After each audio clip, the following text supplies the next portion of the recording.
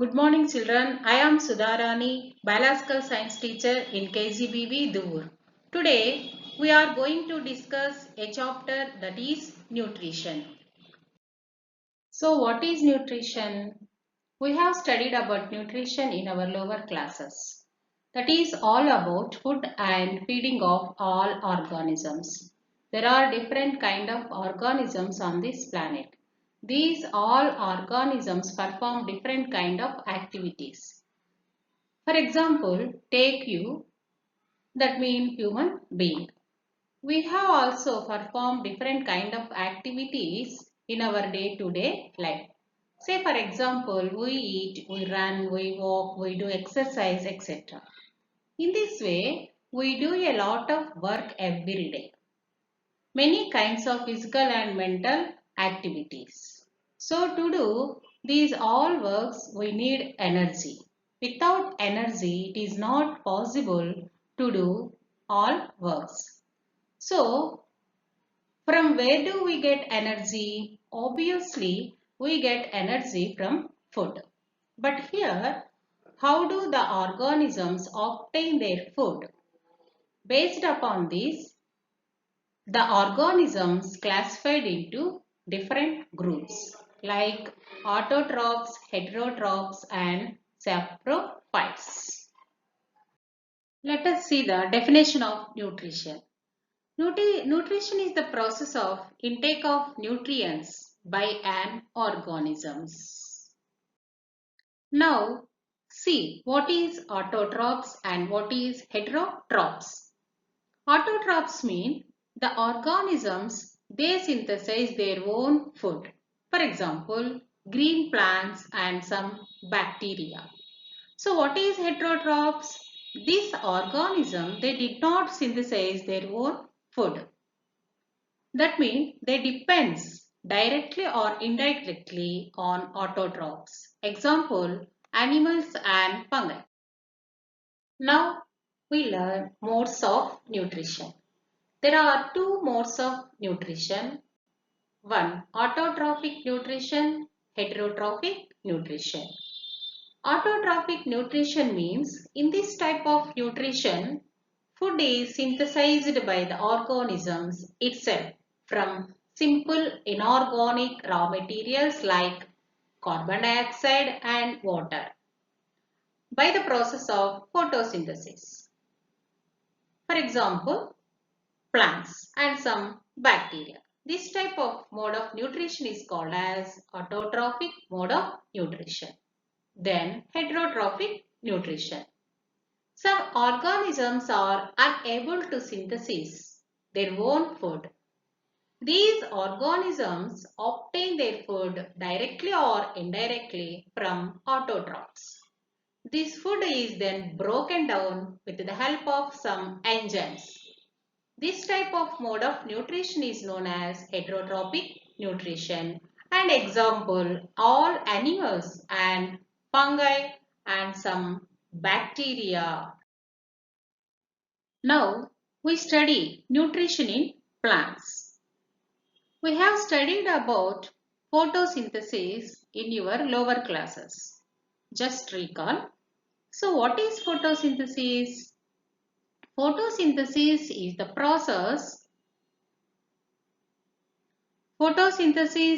process by which chlorophyll containing cells in plants. So the plants use in this process very simple inorganic substances like carbon dioxide and water in environment and synthesize very complex organic material like carbohydrates. So the raw materials required for photosynthesis. These are carbon dioxide, water and chlorophyll and sunlight. Then what is the end products formed in the photosynthesis are carbohydrates, oxygen and water. So what is the equation of photosynthesis? That is 6CO2 plus 12H2O gives rise to chlorophyll and sunlight. C6H12O6 plus 6O2 plus H6H2O.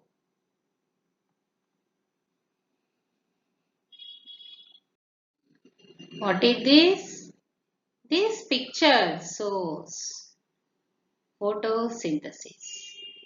We know very well the required material of photosynthesis are carbon dioxide,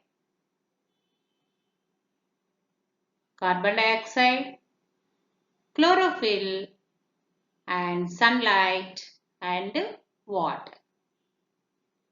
Then what are the end products of photosynthesis? Oxygen and glucose and water. So all are observe this picture very clearly.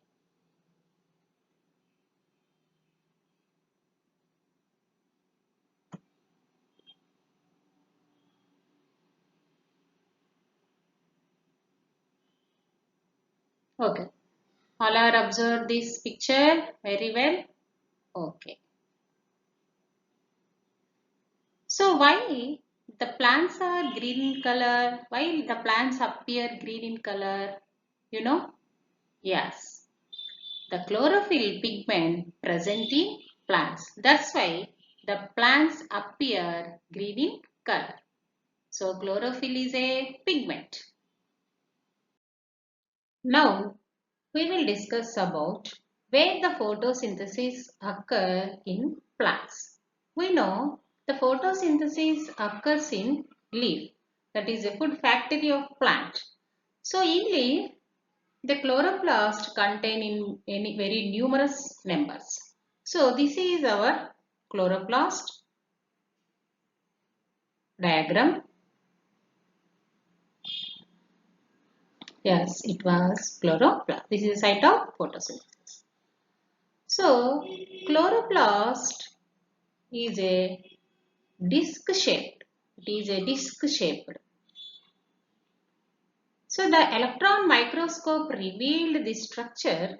The chloroplast covered by three membranes. That is inner membrane and outer membrane. Another one is there. Here we observe or we see here, this is stack of thylakoids. Stack of thylakoids. So this stack of thylakoids is called as granum. Then another part, the chloroplast filled with fluid, this one, filled with fluid. So this fluid part is known as stroma. This is stroma. So the chloroplast is one cell organelle present in plant. It is green in color due to the presence of chlorophyll. Once again, we discuss the structure of chloroplast. Once again, we see the structure of chloroplast. Chloroplast are green plastids which help in the synthesis of organic food. Chloroplasts are distributed uniformly in the cytoplasm of plant cell. They are well developed in all green plants. The electron microscopic structure reveals that chloroplast is covered by three membranes. Outer membrane, inner membrane. The third membrane forms stacks of thylakoid called grana. Chloroplast internally is filled with a liquid called stroma. Stroma has all the enzymes needed for photosynthesis. The chlorophyll and other pigments are present in thylakoid membrane. Now we discuss about the events during the process of photosynthesis. That is nothing but mechanism of photosynthesis. So in this process of photosynthesis occurs in two phases.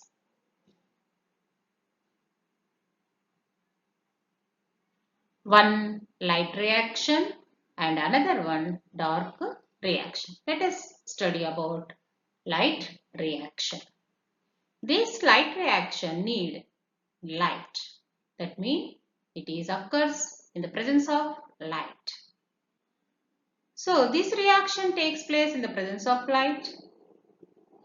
So what happens in these light reactions? Here also so many events, so many steps are occurring in the presence of light. First of all, the chlorophyll, they observe light. They observe light.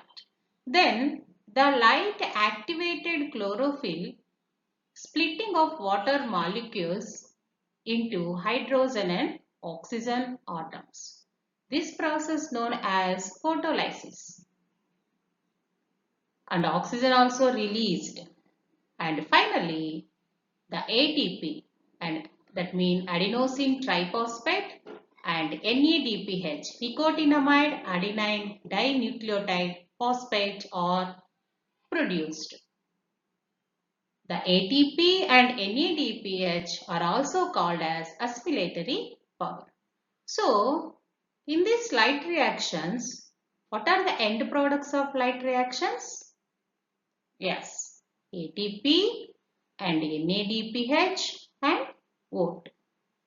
Then, second reaction in mechanism of photosynthesis, that is dark reaction. So, dark reaction also called as Calvin cycle. So, in this dark reaction, the dark reaction occurs present or absent of light, but it need the light reaction. It occur in the presence of light reaction. That means they need the assimilatory power. So in this dark reaction, the carbon dioxide is utilized. Then finally, the carbohydrates are formed. So here, what is the end product of dark reaction? Nothing but that is carbohydrates. So this is the events of photosynthesis, that is mechanism of photosynthesis. Let us see one activity, that is the presence of starch in leaves. We know the plant synthesis carbohydrates by the process of photosynthesis. That's why to prove the starch is present in leaves. That's why we need some materials. So what are they that mean?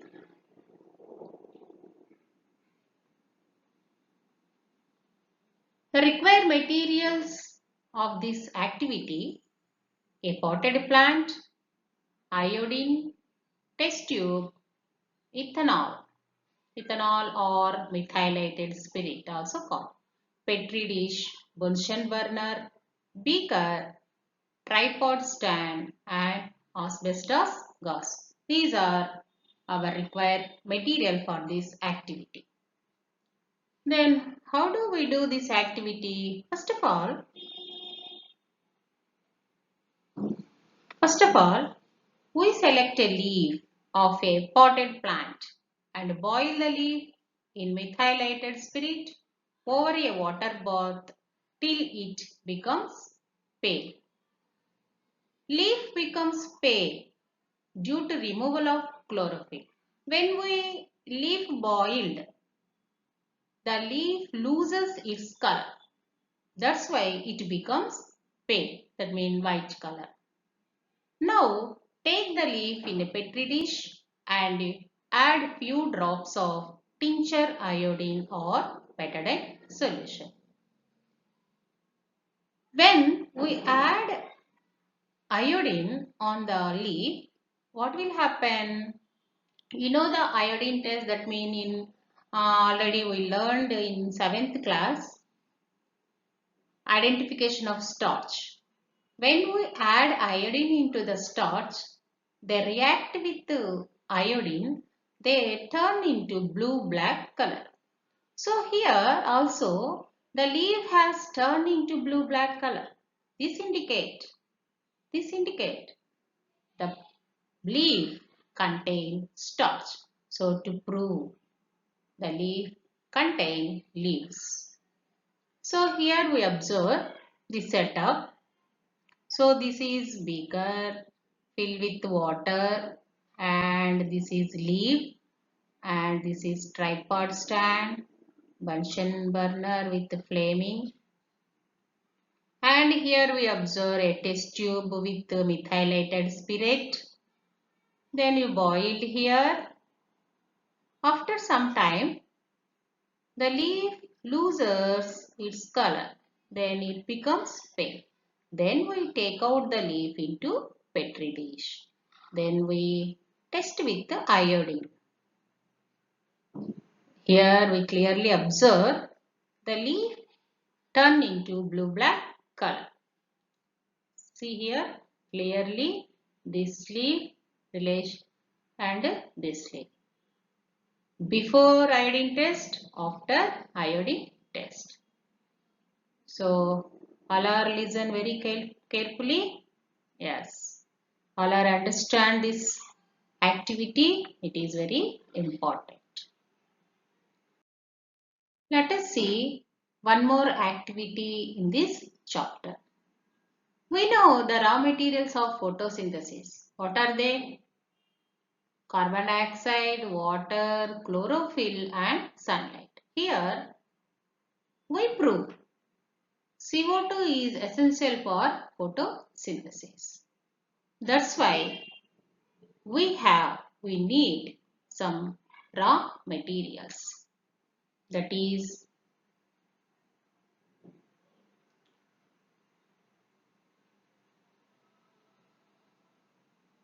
potassium hydroxide, formula KOH, and a potted plant with long and narrow leaves. And iodine solution, a transparent jar and a rubber cork. Then how do we do this activity? First of all, before experiment, we take a potted plant with long and narrow leaves and de-starch it by placing it in a dark room for a week. Because the plant loses, the plant consume the carbohydrates, whatever may be they synthesize carbohydrates, all carbohydrates consume in this week. Then we take a wide-mouthed glass jar. Then we take potassium hydroxide solution into the glass jar. Why we take here potassium hydroxide solution? Because of the potassium hydroxide absorbs the presence of carbon dioxide in the bottle. They absorb the carbon dioxide whatever the presence of bottle. That's why we take potassium hydroxide. Then insert splitted cork in the mouth of the jar. Then insert one leaf. We take or we select one leaf into the transparent bottle containing potassium hydroxide solution, such that half of the leaf is inside the bottle and remaining half is outside. Clearly we observe here. Half of the leaf is inside the bottle and remaining half is in outside. You here remember one important point, that is the inside part of leaf does not touch to the potassium hydroxide. That is very careful.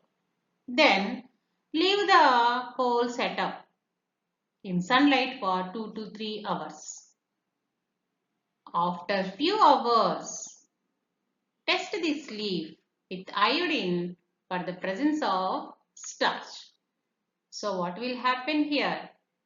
When we observe after iodine test, inside of the leaf, they did not convert blue black color. But the out of the bottle leaf convert blue black color. Why? Because in bottle there is no carbon dioxide. That means absence of carbon dioxide. And outside of the bottle presence of carbon dioxide. That's why you prove CO2 is essential for photosynthesis. Yes, are you understand children this activity? So what are our required materials? Once again, potassium hydroxide, potted plant with long and narrow leaves, iodine solution, a transparent jar and a rubber cork. Then we observe the set. Here, potted plant with long and narrow leaves. This is transparent jar and pour potassium hydroxide solution. Here we observe this is pitted cork. Then we insert leaf into the bottle. Half of the leaf inside and half of the leaf outside of the bottle. After iodine test here, this is out of the pot of leaf, this is inside pot of the leaf.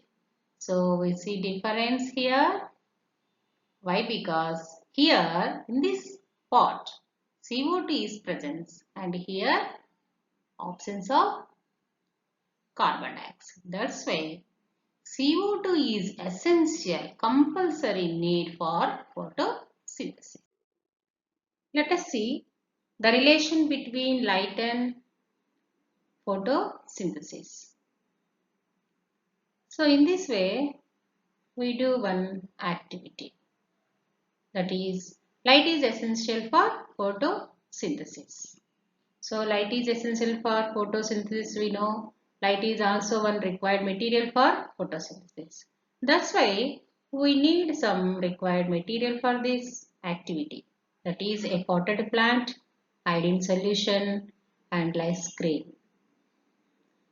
First of all, we take a potted plant with de-starched leaves. That means before experiment, we take a potted plant and keep in a dark room for a week.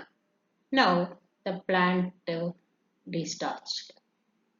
Then you cover one of its leaf with black paper on which a design is cut. Whatever design, star, L, S, whatever. Fix the paper on the leaf in such a manner that light does not enter the dark part. Okay. So total setup, this total setup. First this is potted plant and wide leaves and we cover the light screen on the leaf, star shape design. So here this design covered the leaf. So only in this design, through the design only light is allowed. Remaining part the light did not enter into the leaf. Okay, right here also we observe this is star. Then whole setup place this in sunlight for 5 hours like that. After a few hours, exposed to bright sunlight, test the leaf. This is to test the leaf which is covered by black paper for the presence of starch with iodine. So you know what will happen after iodine test? Where the photosynthesis occurs, that pot only turn into blue-black. Remaining pot did not turn into blue-black. So here we observe white color. This is did not change blue-black color into blue-black. So this way, this activity to prove light is essential. So where the light is exposed, which part is exposed by light, only that part do the photosynthesis and synthesis food material. That's why that part only converted into blue-black color. So to prove light is essential for photosynthesis. This is another experiment, that is relation between light and photosynthesis. Light and photosynthesis. So and also when the photosynthesis is done, what are the end products? You know very well. Carbohydrates and oxygen and water. So in this activity, to prove green plant releases oxygen when exposed to light. So this is also relation between light and photosynthesis. So here the green plant releases liberated evolved oxygen when exposed to light. That's why we need some required materials. So what are they? Hydrilla twigs.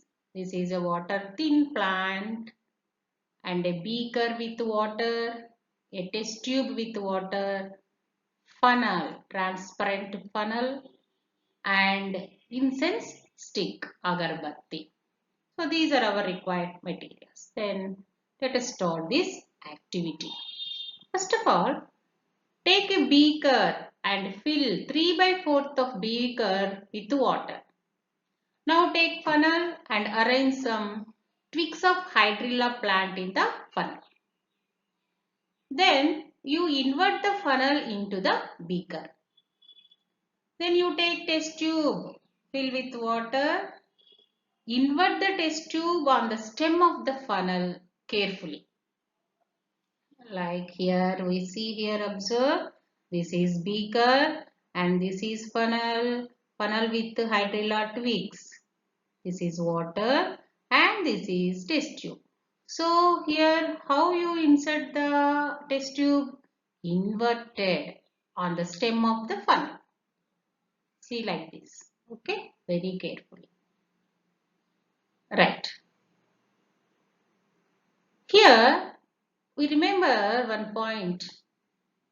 The stem of the funnel should merge completely into the water present in the beaker. Totally, completely merge into the water present in the beaker. Then whatever the total setup place in the sunlight. After some time, we can observe accumulation of gas bubbles. Accumulation of gas bubbles here from the hydrilla twigs. See here, gas bubbles from hydrilla twigs. These gas bubbles get collected at the top of the test tube. Like here, observe. When the sufficient gas is collected in the test tube, remove the test tube and test the gas, the glowing incense stick. So when you observe the incense stick, we keep the incense stick the mouth of test tube.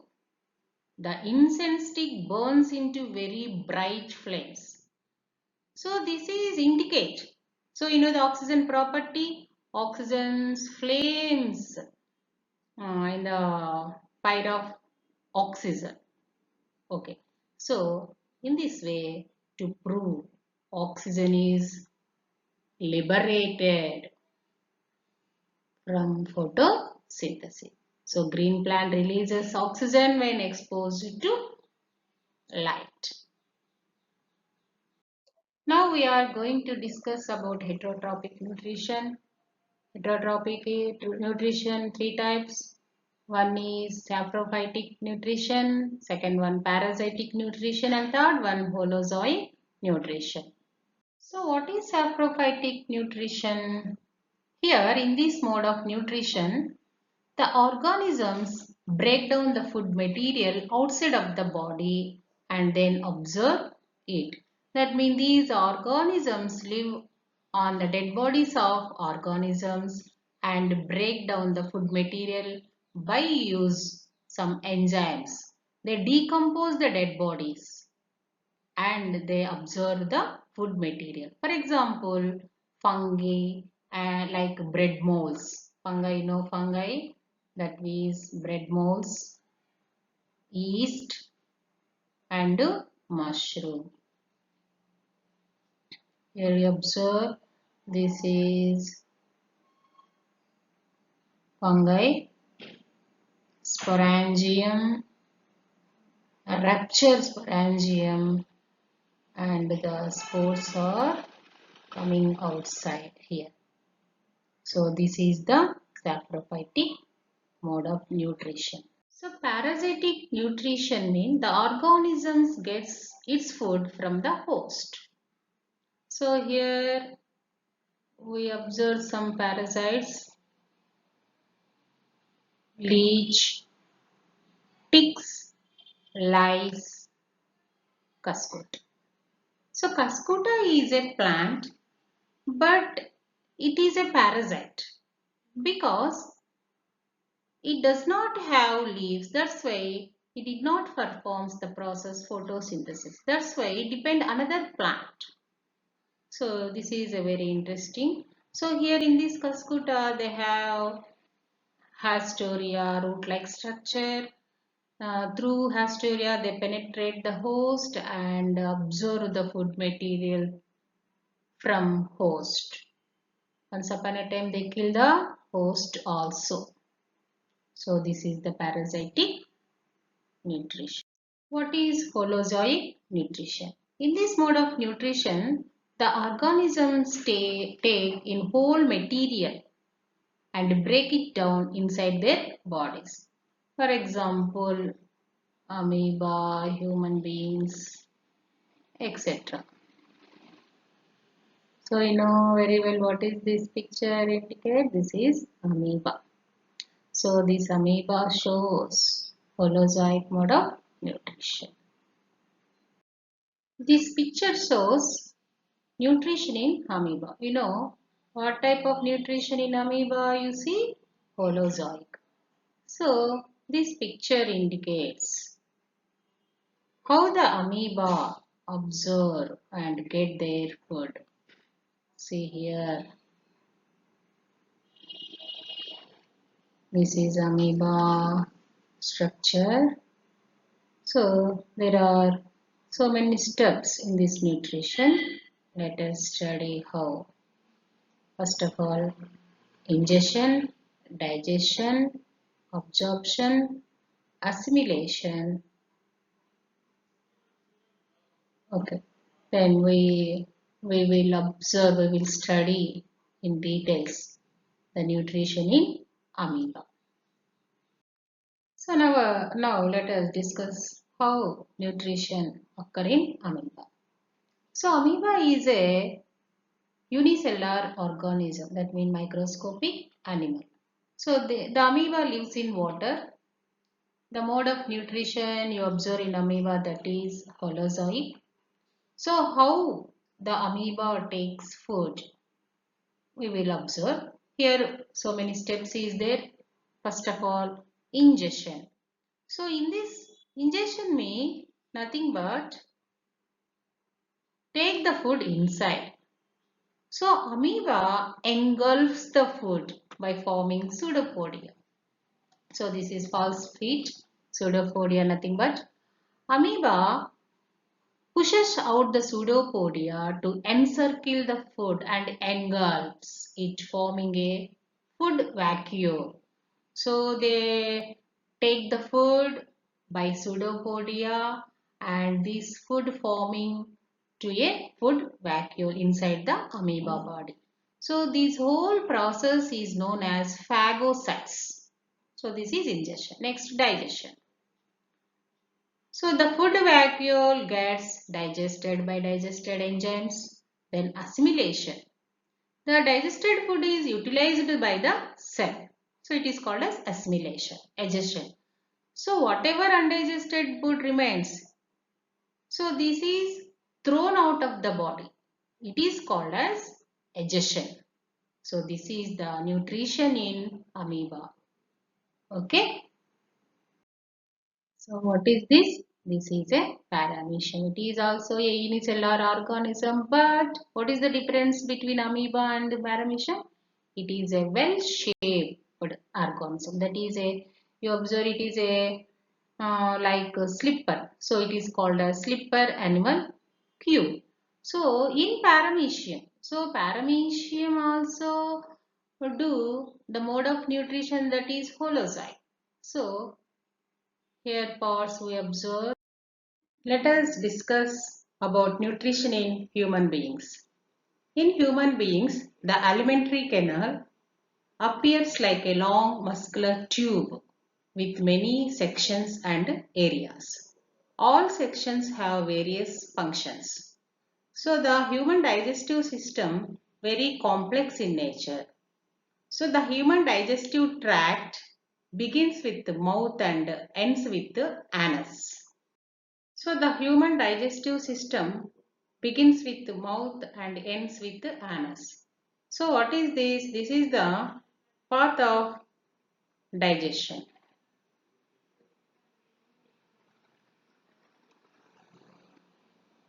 So start with the mouth, then buccal cavity, pharynx, esophagus, stomach, small intestine, large intestine, rectum and anus. So this is the path of digestion. So first one, the digestion start with mouth.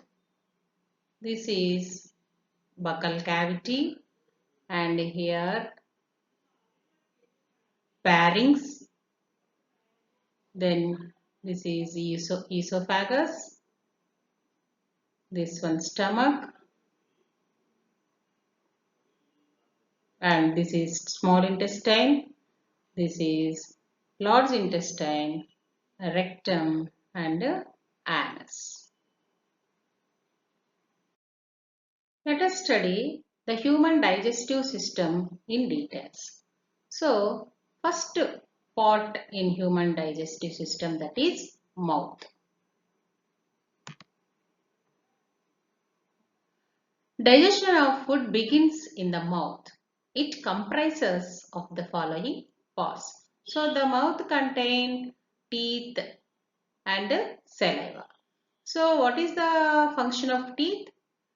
The teeth function is tear and break down the food. So how many teeth are present in human beings? You know. So what is the dental pharma in human beings? That is 2123 by 2123. So these are teeth.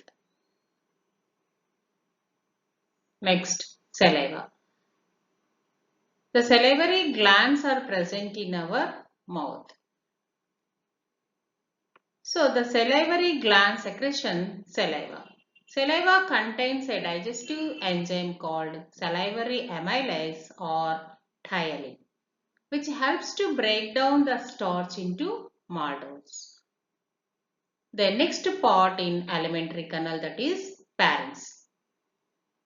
The pharynx opens into the esophagus. And the pharynx is common passageway for food and air. So in swallowing, it have a mechanism. So mechanism of swallowing. Swallowing is coordinate activity of the tongue, soft palate, pharynx and esophagus. So in mechanism of swallowing, there are so many phases. First of all, the food is pushed into the pharynx by the tongue. So this is a voluntary action. Then the tongue blocks the mouth. And next phase, the larynx rises. So the epiglottis can close the opening of the trachea. So this is the mechanism of swallowing. Let us study about the structure of esophagus and the function of esophagus. First of all, the esophagus is a straight muscular tube, that is about 10 inches long, which connects the mouth with the stomach. So when the food comes from pharynx into the esophagus, the food takes about 4 to 8 seconds as it passes through to the stomach. So the esophagus walls contain smooth muscles that contracts in wavy motions. This is called peristaltic motion. That's why the food passes into the stomach. So this picture shows the peristaltic movement in esophagus. Look at this, all of you children. This is esophagus, tube-like structure. So this is food. So the food mixed with saliva, it turns into bolus. So the esophagus walls have smooth muscles. It have contraction and relaxation. That's why here the peristaltic movement is there. That is wave-like motion. That's why the food enter into the next. So then here contraction, and you see here relaxation. So that's why the food enter into stomach from the esophagus. But here in this esophagus, the food did not digestion. So next part of human digestive system, that is stomach. Stomach is a sac-like structure. The stomach stores and mixes the food from esophagus with the gastric juice. The stomach walls contain gastric glands. The gastric glands secretion gastric juice along with the HCl. So the HCl acid creates an acidic medium in stomach. And also the stomach walls contain a mucous membrane. The mucous membrane secretion mucus, a jelly-like substance. The mucus protects the inner lining of the stomach from the action of HCl. The exit of food from the stomach is regulated by a sphincter.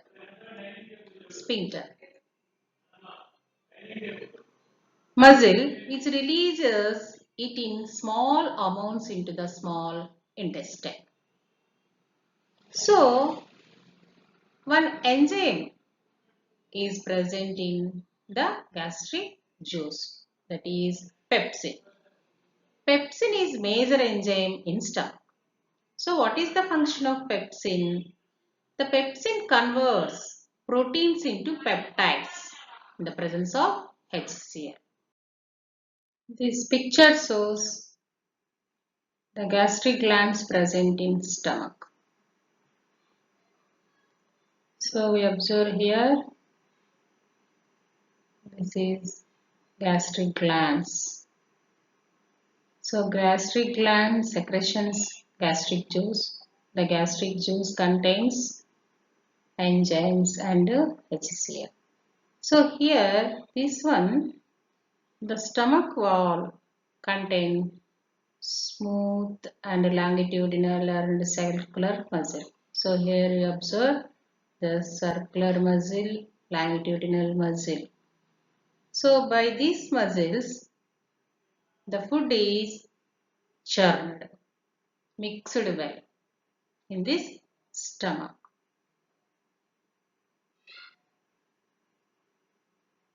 This.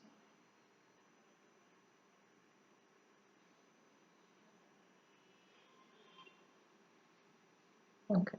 So this is gastric glands presence in stomach. Some digestive glands are located outside the alimentary canal, that is liver and pancreas. Liver is the biggest gland present in our body. So this is liver. This is a biggest gland in our body. This is also gastric gland, digestive gland. In this liver, this picture shows this one liver. But in this liver, there is no digestive juice. Why? Because in this digestive juice, in this liver, the juice did not contain any enzymes. That's why this is not digestive juice, but the liver secretes bile. So, in liver, which juice is present? Bile. But the enzymes are absent in this juice. So, what is the function of bile? The bile contains bilirubin and biliverdin. So, with the help of bilirubin and biliverdin, the bile breaks down the fat droplets into small fat globules. So, this phenomenon is known as emulsification of the fat. It is a very important. Another gastric gland is pancreas. This one. Pancreas. So, pancreas secretion a juice, that is pancreatic juice. So, this pancreatic juice contains enzymes, that is trypsin. So, trypsin act on proteins and converted into peptones. And also, the pancreatic amylase also present in this pancreatic juice. This pancreatic amylase act on digest starch into maltose. Another one enzyme is lipase. The lipase acts on fats. They convert into fatty acids and glycerol. So, the pancreatic juice contain trypsin and pancreatic amylase and lipase. These enzymes present in pancreatic juice. So another part of human digestive system, that is small intestine. So from stomach the food enter into small intestine. So it is a site of greatest amount of digestion and absorption. So this is name is small but very long. So this is stomach and these are parts of small intestine. That is duodenum, the first part of small intestine, duodenum, the middle part of the small intestine, jejunum, and the last part of the small intestine, that is ileum. So the digestion in small intestine. So it is the longest part of the alimentary canal, the small intestine. So here three parts, duodenum, jejunum and ileum. So how the food is digested in small intestine? So here the other digestive juice like bile juice and pancreatic juice are mixed with the food in the small intestine. The small intestine is the site of complete digestion of carbohydrates, protein and fats. So here the complete digestion takes place. So the digested food is then absorbed through the intestine walls and transported to the various parts of the body. So the small intestines walls form like finger-like structures is called villi. So the villi function is absorption of food. Yes, this is intestinal villi. So we observe here this is finger-like projections So the inner wall of the small intestine possesses numerous finger-like projection called villi, like this one. So which are in this villi absorption of nutrients, the villi containing microvilli also. See here. So this picture shows peristaltic movement in a small intestine. This is wave-like motions here. So the peristaltic movements takes place in small intestine. All this is another part of large intestine. Here the walls of large intestine absorb the undigested food. So here the waste is pushed into the expanded portion of the large intestine. So the unabsorbed food is sent into the large intestine where more will absorb water from this material. So finally the waste material, that means unabsorbed food, comes from large intestine via the anus. So the undigested food waste material finally expelled from the outside of the body. So this table shows digestive enzymes. So here enzyme secreted into digestive juice acts on products. So the salivary gland secretion thiolin in buccal cavity.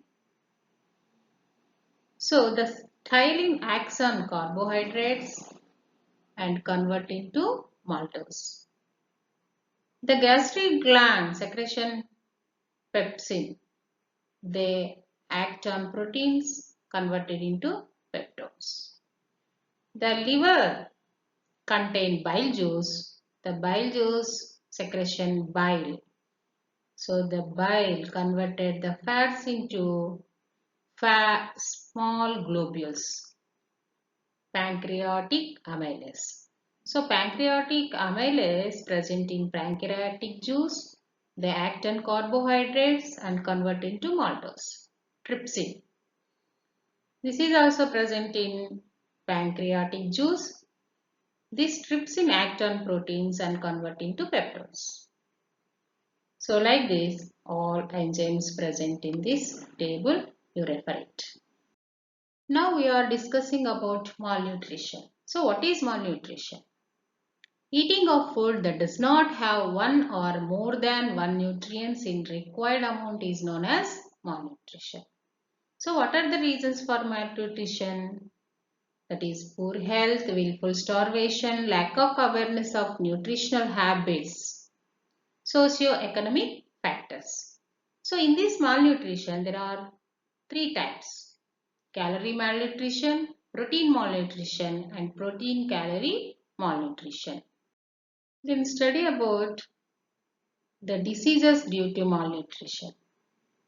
The deficiency of proteins, it's caused in children's kwashiorkor. So kwashiorkor is also called as protein malnutrition.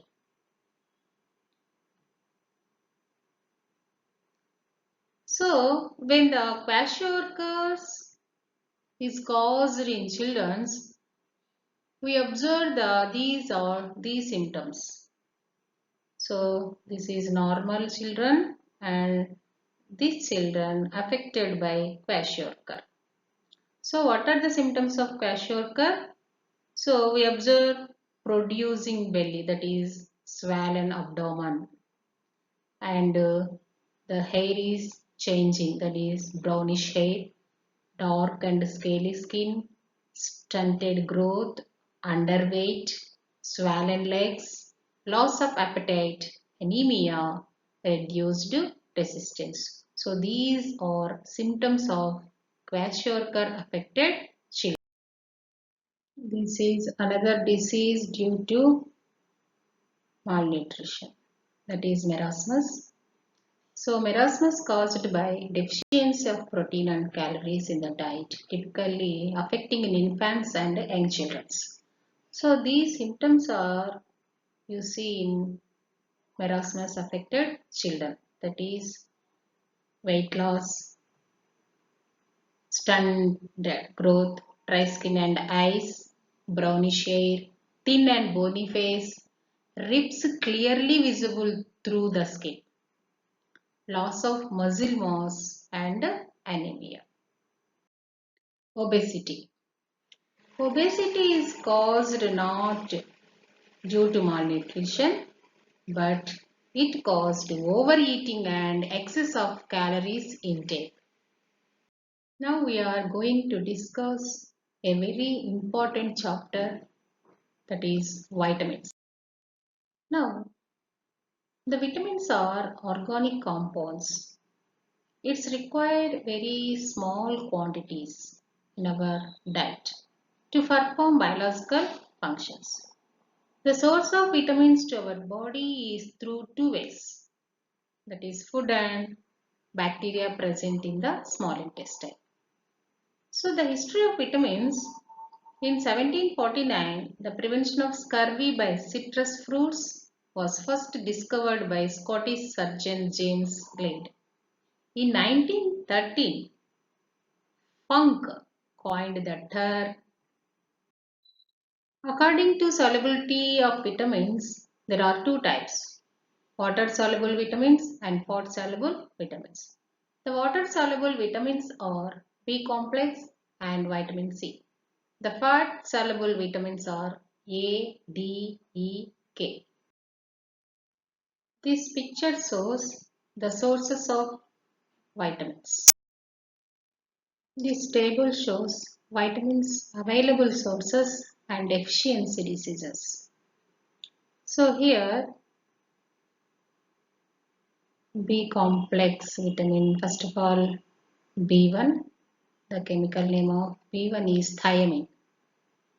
So available of thiamine in cereals, vegetables, milk, meat, fish, eggs. Deficiency of thiamine, it causes beriberi.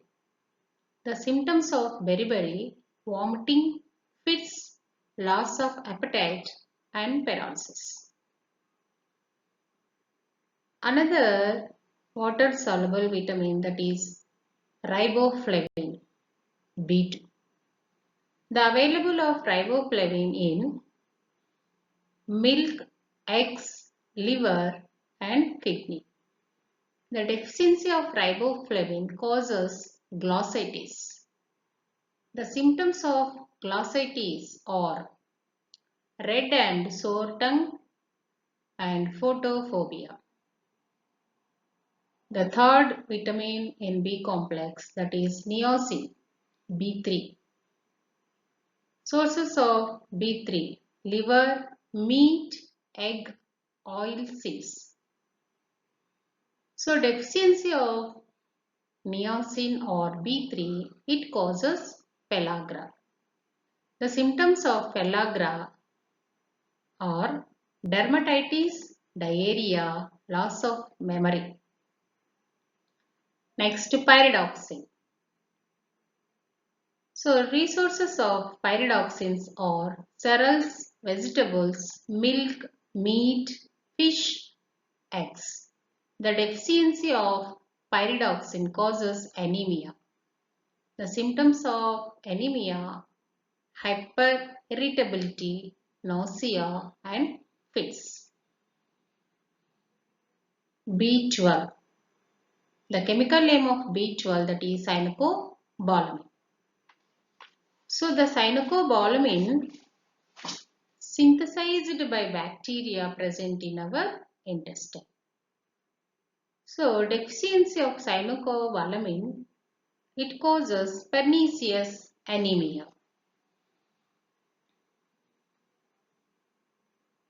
Next one, folic acid. It is present in liver, meat, eggs, milk, fruits. The deficiency of folic acid causes anemia. Another B complex vitamin, that is pantothenic acid. The pantothenic acid available in sweet potatoes, groundnuts, vegetables, eggs. Deficiency of pantothenic acid, it causes burning feet. Symptoms are walking problems, sprain. Next one, biotin. The biotin available in pulses, nuts, vegetables, milk and kidney. Deficiency of biotin, it causes nervous disorders. The symptoms are fatigue, mental depression, muscle pains. Next, vitamin C. The chemical name of vitamin C is ascorbic acid.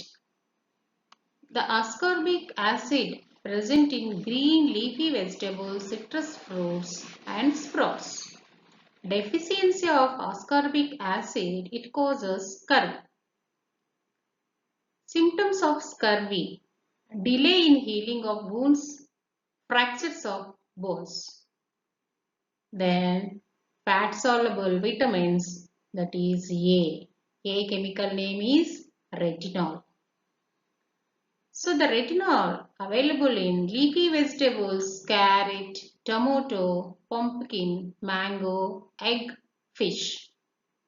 The deficiency of retinol causes eye and skin diseases. The symptoms of eye skin diseases: night blindness, xerophthalmia, scaly skin. Another fat soluble vitamin, that is D. Chemical name of D is calciferol. The resources of calciferol: liver, egg, butter. The deficiency of calciferol leads to rickets. The symptoms of rickets: improper formation of bones and weak bones. Another fat soluble tocopherol, that is E vitamin. The resources of tocopherol: sunflower oil, meat, egg, fruits and sprouts. The deficiency of tocopherol causes fertility disorders. Symptoms: sterility in males. Phylloquinone, vitamin K. Resources are green leafy vegetables and milk. The deficiency of phylloquinone, it causes blood clotting. Symptoms of blood clotting, that is delay of blood clotting. After learning this chapter, here some important questions is there.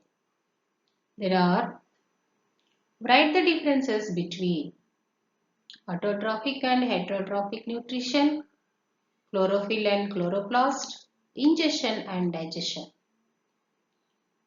What is the role of acid in stomach? Why are carbohydrates not digested in the stomach? What food habits do you follow after reading this chapter? Why? What processes do you follow in the laboratory to study the presence of starch in leaves? Explain the structure of chloroplast with a neat labeled sketch. Now, all are ready to thinking? So here some different kinds of questions is there. You read and answer this one. First one, arrange the follow in a sequential order. A. Rectum, stomach, duodenum and small intestine. Second one, absorption, ingestion, defecation and digestion. So you write in sequential order. Okay. Then another model, classification and flow charts and paragraphs and graphs. So this is one flow chart example. So here one part is missing. You write that one. So first one, mouth, buccal cavity, So we write this part. This part is missing. Esophagus, stomach. Okay. Next model, give examples. So in this model, I will give name two enzymes that digest proteins. Give examples for fat soluble vitamins. Next model, read the sentence, find the error and rewrite it. The another model, answer the question with the help of paragraph. So this is the paragraph. Fats are digested by converting them into small globules-like forms by the help of DAS secreted from liver. This process is called. So you write in, you fill in this columns. Observe the diagram and identify the diagram. So you observe this diagram. What is the name of this gland of our body shown in this diagram? Next model, who am I? So I am a plant. I can't prepare food because chlorophyll is absent in me. Who am I? Another one, abbreviation. So what is the abbreviation of ATP and NADPH? So next new model question, that is identify the mismatched one. So here we observe pepsin, gastric juice, trypsin, pancreatic juice, sucrase, bile juice. So identify the mismatch and you correct it. Okay. Then another one word questions. So which agent is used to identify the starch in the leaves? What are materials required for photosynthesis? Thank you.